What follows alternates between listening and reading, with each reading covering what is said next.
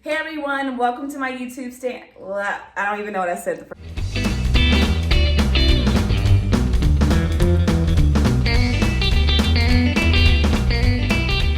Hey everyone, it's Stephanie Johnson and welcome to my YouTube channel where I share my journey about reporting and also just give you guys some inspirational quotes or whatever just to get you through your day. Today I have my guest with me, Dorsena Drakeford. She's a great old friend and one of my best friends who helped me through the reporting, the TV industry, and just really is a great support system and a great friend. And I have her here today because she's no longer reporting and she's doing great things. So Dora, what do you do now? So now I am public relations for a hospital. I live in Cleveland, Ohio now. So definitely different than Cedar Rapids, Iowa, where we initially met. Okay. But yeah, I'm in Cleveland, Ohio now working PR at a hospital.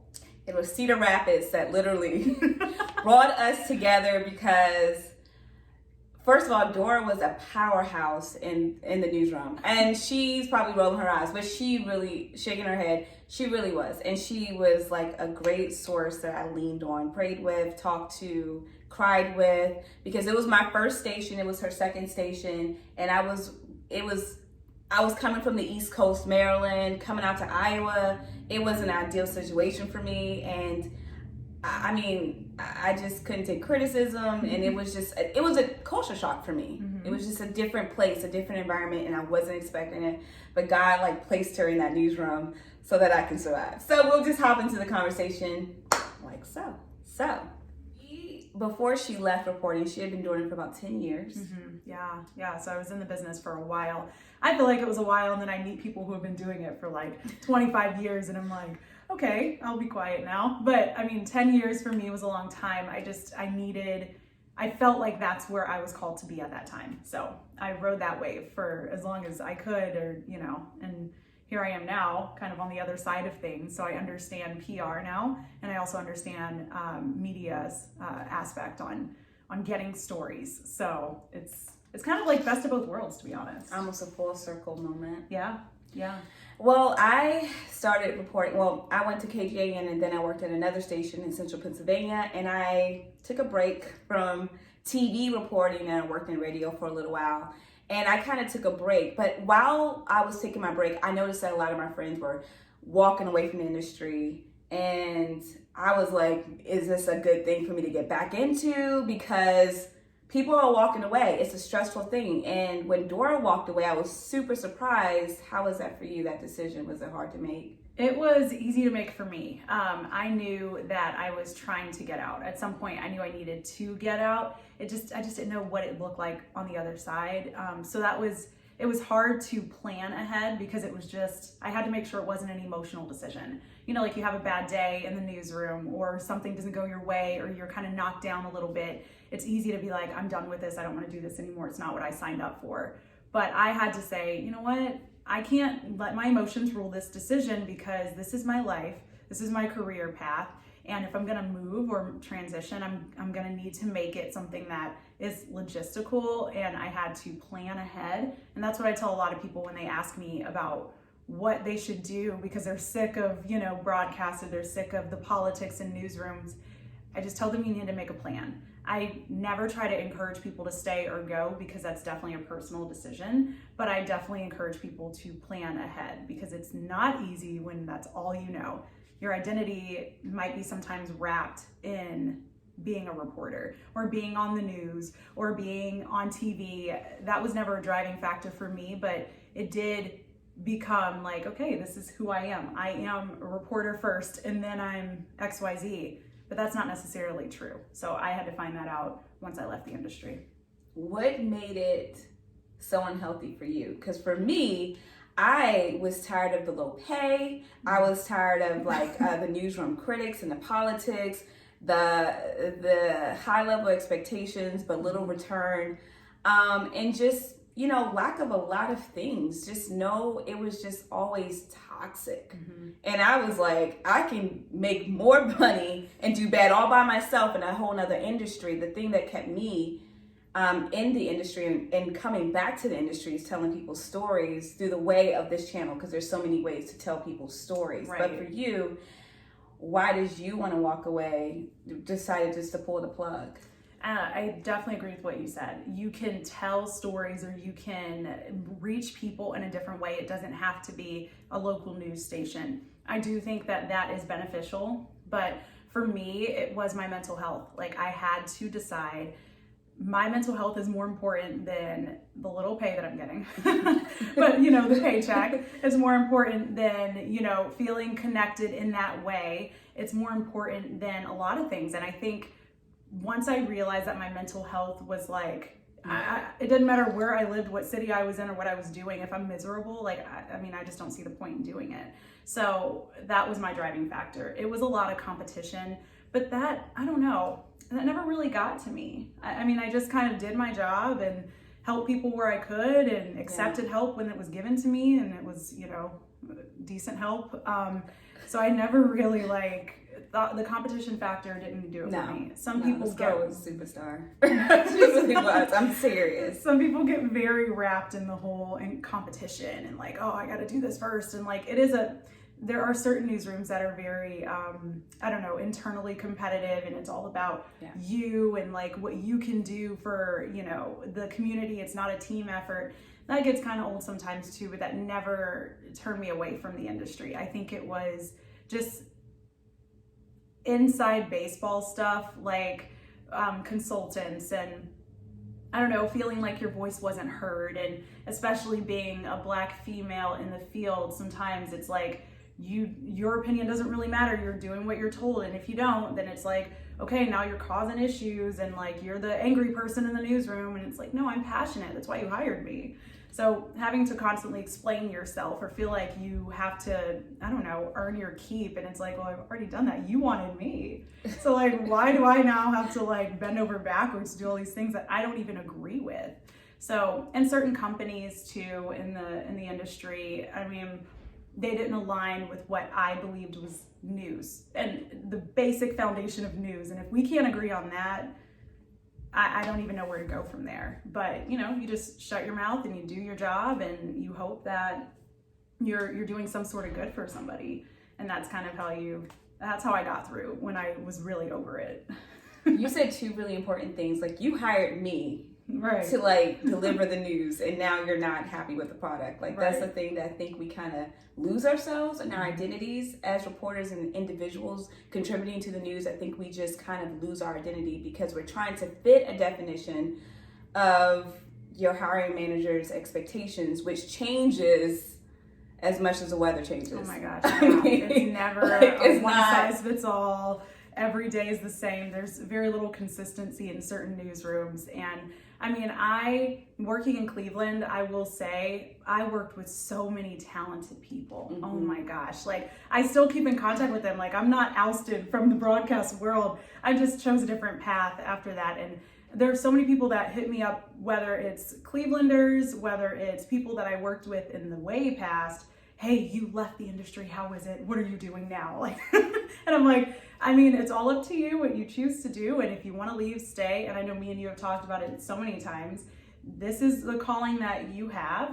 Go for it. I will support you 110%. On those days when it's hard, I'm going to cry with you. On those days when it's great, I'm going to celebrate with you. But I feel like it's like that with many jobs. It's just our job is definitely in the spotlight. So it's really different and hard to hide some of those emotions that you feel on a daily basis when, you don't feel respected or heard, and you have to get out there and pretend like this is the best thing that's ever happened to you. And you're oh my gosh, I still gotta go back to this place. And meanwhile, my producer just cursed me out of my ear. Right. But you also said something about mental health. So what did your mental health look like when you were at the end? What did it? Ugh, oh my gosh. That was a hot mess. It was so hard for me to even smile, and I smile all the time, and it was very... She's an extrovert, way more than me. This girl, I'm you can have that. I just took a personality test and it said the same thing. I legit walked into the buildings, and they had me, I was working every shift imaginable, but I think when I was at the very end, I would come to work, and I had a great weekend crew, but I just was not okay. So I'd walk to my desk. I didn't talk to anybody. I'd just be hey, what's up? And go to my desk, do my thing, talk to my photographer for a plan, and get out the door. And then I'd come back, do whatever I needed to do a live shot for the evening news, and then I would just go home. Like, it was no interaction with people. Like, I felt so alone, and my anxiety was through the roof getting ready for work. I was just like, what am I gonna do today? Like, how is this gonna look today? And am I gonna be able to, but it became like so routine. I mean, you just, after a while, once you've been doing a job for a while, you wake up. It's like, I like muscle memory. I got in my car, I drove to work. I knew exactly how to get things done in a timely manner because I've done this. I could do it in my sleep. So there was no enjoyment anymore. And I think that was the point where I was like, if I'm not enjoying my job, there's absolutely no way that I can talk to the little girl or boy that I'm trying to reach right now with these stories and give them hope if I don't feel it, And sometimes it happens, and you just fight through that feeling and you keep moving on, and maybe the next assignment makes you feel better, or the next newsroom, makes things better for you. But I mean, for me, it was just like I was constantly on myself about like, I feel alone. And that was the biggest thing. And I knew I wasn't, but that feeling is just so hard sometimes to shake. Like, so I was like, you know what, maybe it's time to make a change. And now that you made the change, a lot of people have been hitting you up about the change, because I hit her up. I was like, hold on, what are you doing? Yeah. And you're not giving me hope to get back in, but she made the change for herself because it's a personal decision. But like now you get, even this morning, like she gets text messages about like reporters currently in the industry ready to leave, like now.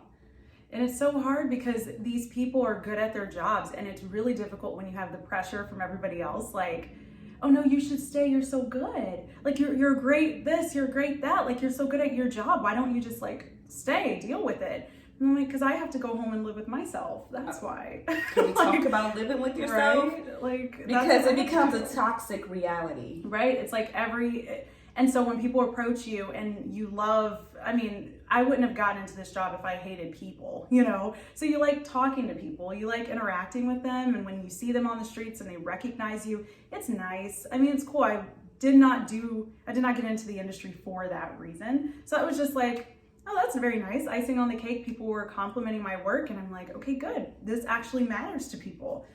But at the end of the day, as I mentioned, you walk in your house and you're just like, now what? Okay.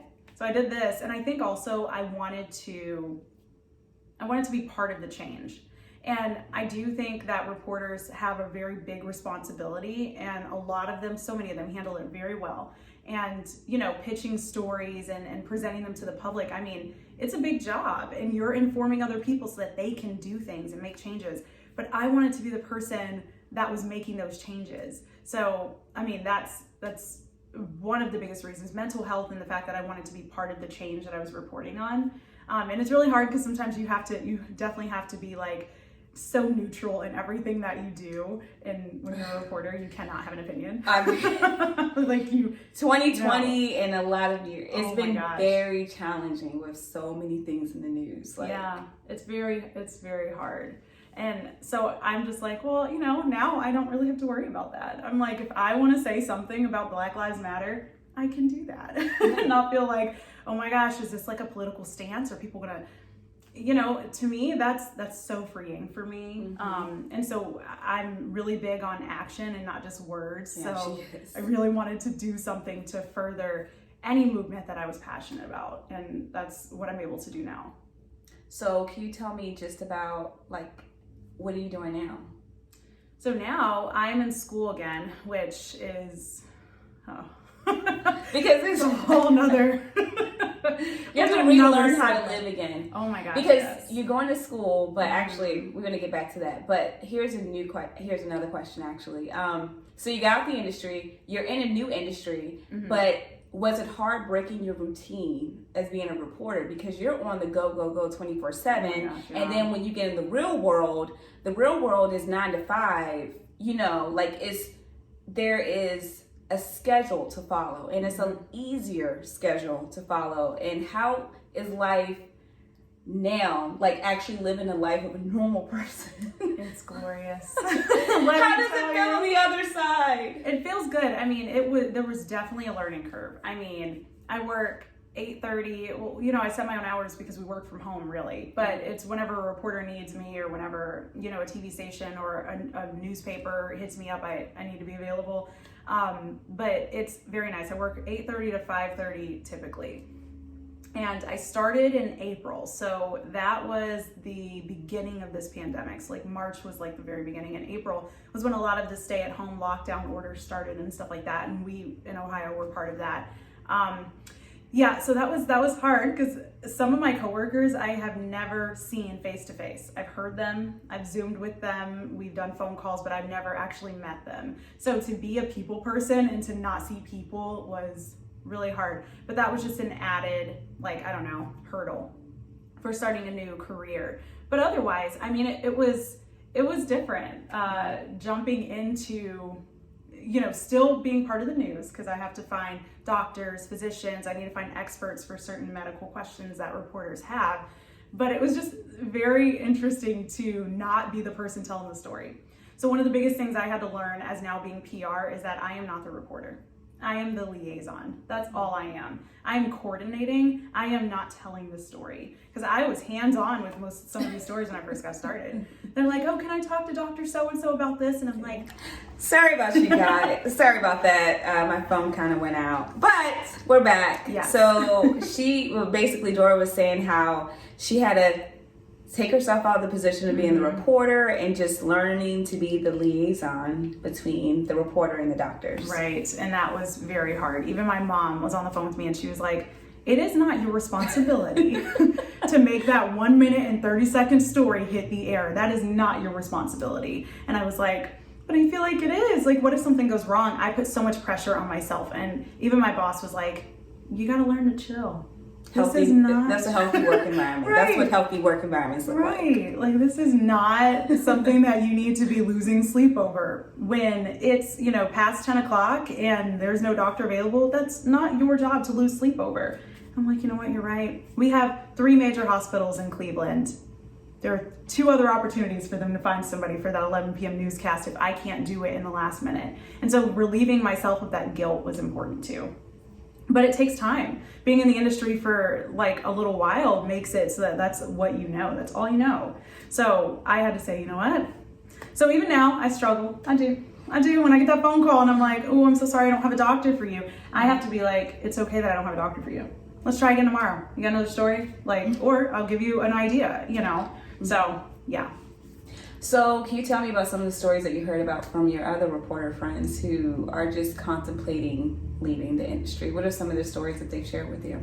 Mostly that they're sick of of how things are run in a traditional newsroom. They're kind of tired of it. I thought with the pandemic that more people would leave me alone. I welcome the questions and the phone calls. I welcome that. But I thought that most people would forget, what's going on in the newsroom because they're no longer in the newsroom.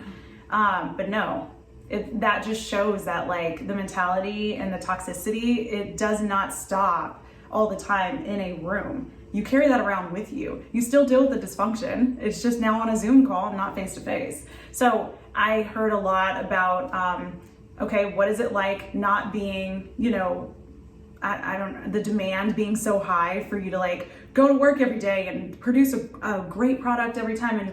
And, public opinion, oh my gosh, everybody's gonna have their own thoughts. Mm-hmm. Everybody has their own opinions. Not living in that light anymore, what's that like? And I'm like, oh, it's glorious. But I think a lot of people, they were just sick of the mundane feeling. And I do think that it ignited a different kind of passion in some of my friends with the pandemic, race relations, with this being an election year. People were like, this is what I signed up for. Mm-hmm. I'm a reporter for this reason, to bring people these stories. And it was like renewed hope for them. Mm-hmm. And that was great. And then there were other people that were just like, I don't really care. I've gone through tornadoes. I've reported on elections before. It doesn't matter. I'm sick of it all. So they would share those stories with me and just ask my advice. And like I said, I never told anyone you should leave. I won't do that because that's a personal decision. So what is your message out there for reporters, even aspiring reporters, students who want to be reporters? What is your message to them? I mean, get into this industry. and maintaining your sanity. Yeah, that's What is your advice? And then we'll get your advice for reporters who want to just leave, vamoose, like get out of it. Yeah. So, first off, to aspiring reporters or new reporters that like want to get in the industry and you're really enthusiastic about it and you're in it for the right reasons, or you want to get in it for the right reasons, which is shedding light, holding people accountable, telling stories, changing things, I say go for it.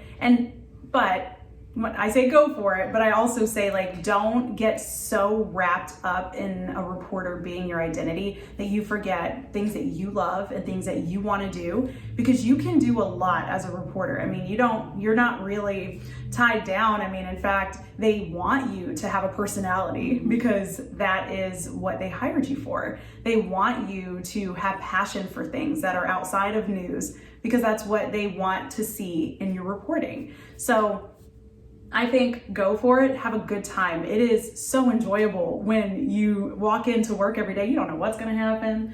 Like, you get the opportunity to meet people you would never meet outside of your job. You get to connect with people on a completely different level. And some of these people stay lifelong friends. Like your subjects or the people that you're interviewing remain your friends. I still have people that I go to lunch with and dinner and meet up with, and I have, Thanksgiving dinner with, and these are people that I told stories about, but that trust is there and it's nothing like it. So I would say go in it, but know that like there will be criticism, whether it's coming in your newsroom or outside of your newsroom, and just be ready for that, but don't take everything to heart. Okay, because it's really easy to do that. Oh, that will burn you out very fast. Okay, because that's what happened to me, and that's why Dora was such a heaven sent for me, because I took every single criticism that my first news director and her second news director said to me to heart, and it burned me out a lot sooner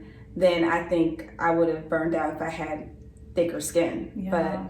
And that's hard because I mean it's not something that as humans we want to hear. We don't want to be rejected, and we don't want to hear severe criticism of things that we love to do. It's a blow sometimes, but I think taking little pieces that actually will benefit your career and holding on to that is important. You don't have to take it all. I mean, people have their own opinions just like you do, so does your news director. It doesn't make it solid gold, whatever they're saying. But take what you need from the critique and then apply it and let the rest go. Because I think that's one of the biggest things that a lot of new reporters, they come in just so enthusiastic and happy and like wide-eyed and like they're bushy-tailed and they're ready to super go. excited. And their news director calls them in and says, that last story you did was horrible. And like the way you presented yourself, you looked like this. And then they're just like shocked, like, oh my gosh. My parents told me I was perfect. Right. My school teachers told me I was perfect. My college professors gave me raving reviews. Yeah. Everyone I grew up around said I should be on TV because of my personality. Don't matter. It does not matter. And I think holding on, like I said, to the negativity or the critique, it's not always negative. But then also remembering why you got into it is like so important, because you can go back to that. There were so many days I was just like, what did I even sign up for? Why am I here? I could just walk out and find something else to do and just be fine. But then I remembered like why I got into it. Like I had a passion for this when I started, and that passion is still here. I still get to tell stories. I pitch stories to our marketing department, and I get to do that, and I get to meet patients and doctors, and still doing the same thing. It's just in a different light. But yeah, I would say those are the things that for new reporters they should keep in mind, because it's not easy and it's not for everybody. But knowing that you got into this for a reason and there's a purpose behind, the stories that you're telling. But also like I wouldn't say be contentious in any way in your newsroom, but definitely if you have passion, standing up for things that need to be told, because not everybody's opinion on a story is the same. I think a story is something. Stephanie might think it's something completely different. Somebody else might say that's not even a story at all. But if you feel like it is one, holding true to that and saying, look, I have a plan of how we're going to tell this story, who we can reach, and who I can talk to. So coming with a plan when you have story ideas and pitches is important too, because sometimes you got to convince people that, this is a story and it will impact people. So, yeah. How about the reporters that are veterans, and they are ready to get out and rediscover what life is. Yeah. What advice would you give to reporters ready to leave? There's a lot of them out there. Sometimes it's just all talk, but some people really are making a plan. But that would be the first thing. Make a plan. Emotional decisions are very easy to make. Impulsive decisions are just, obviously they're impulsive. So you're just like, I'm leaving. So I'm not re-signing this contract, or I'm putting in my 2 weeks. For producers, reporters, for directors, all those people that are involved there, it's easy to make that impulsive decision. But I would say, one, make a plan. If it's something that you really, really want to do, and you know that there are other things out there that you're passionate about that you can make a career out of, start drawing up when you want to leave, how that's going to look, getting those contacts. You meet so many people. There's so many people, and I got my job at my hospital now because I had interviewed with a guy, and he was the boss of the marketing department because he left his job too. And he was like, I remember you told these stories. And so you keeping a list of your resources, your contacts, so you have that when it's time for you to start calling around and asking if jobs are available. People remember people, especially like people who have a good heart and want to do the right thing. So have a plan. Number two, I had mentioned it before, but try not to make it emotional. When you're really upset with somebody that day, or you don't like the story, how it came out, or the fact that you even did the story in the first place, that's not the time to start making decisions about how you feel. It's when you're just content, when things are okay, you're still just like, there's something else out there, then maybe start making that plan and starting to move forward with that. And I think the third thing would be have a support system. It's so easy to get kind of like down on yourself, especially if you do make the jump or you're very close to making the transition out. There's a learning curve, and it's different. News is different than anything I've ever done in my life. But having a support system, I had my parents, I had Stephanie, I had people that didn't understand my decision and people who did, that stood by me, and they were like, you know what? This is what you want to do. I think you're a great reporter, a great anchor, but like, there's more for you out there. This isn't it. And so having that encouragement is always what I would say you would need. So, and that's the point I really want to drive home, that there is life after the industry. There is life after journalism. There is a bigger world out there, and you're discovering it now. Yeah. It's so great. Amazing. It is great. It's just kind of like, and I will say another thing for, as part of make a plan for the reporters who are maybe considering, or veterans that want to leave, your resume is important, okay? And I have had so many people call me and say like, but my resume looks like a reporter, it looks like TV. You can find people that will help you make your resume look like it's not just TV. Using the skills that you have can be applied to so many jobs. Once you learn how to like articulate that and put it in writing, then it's a game changer, because your skill set is definitely something that people want. Bosses want your skill set, because we have been through a lot and we do a lot. So it's so important to also have that as part of make a plan. But knowing that yes, there is life on the other side can also help, because there's people who have gotten out of the industry, and I think my biggest thing is like, if I want to go back, I can. There's nothing stopping me. If I just decide like, you know what, I've worked really hard out doing whatever I'm doing, I just think it's time to go back into broadcast. I know many of my friends have gone PR and come right back in, and that's okay. With probably a fresher perspective, because I'm coming in to my third station with a different perspective. Like, granted, I didn't leave TV, like broadcast news entirely, because I went to radio, but I'm coming back to TV with like, and that's a major game changer for me, because I was wiped out. She was wiped out. I was wiped out. But I do think you're right. Perspective shift. I mean, you were out for a little while. You're back in on screen again, on air. Like, that's big. And I think that's something that people take lightly sometimes, where it's like, oh, well, you're back. Okay. No, it takes a lot to get back in. I mean, it's still a competitive industry. I mean, it's still super competitive.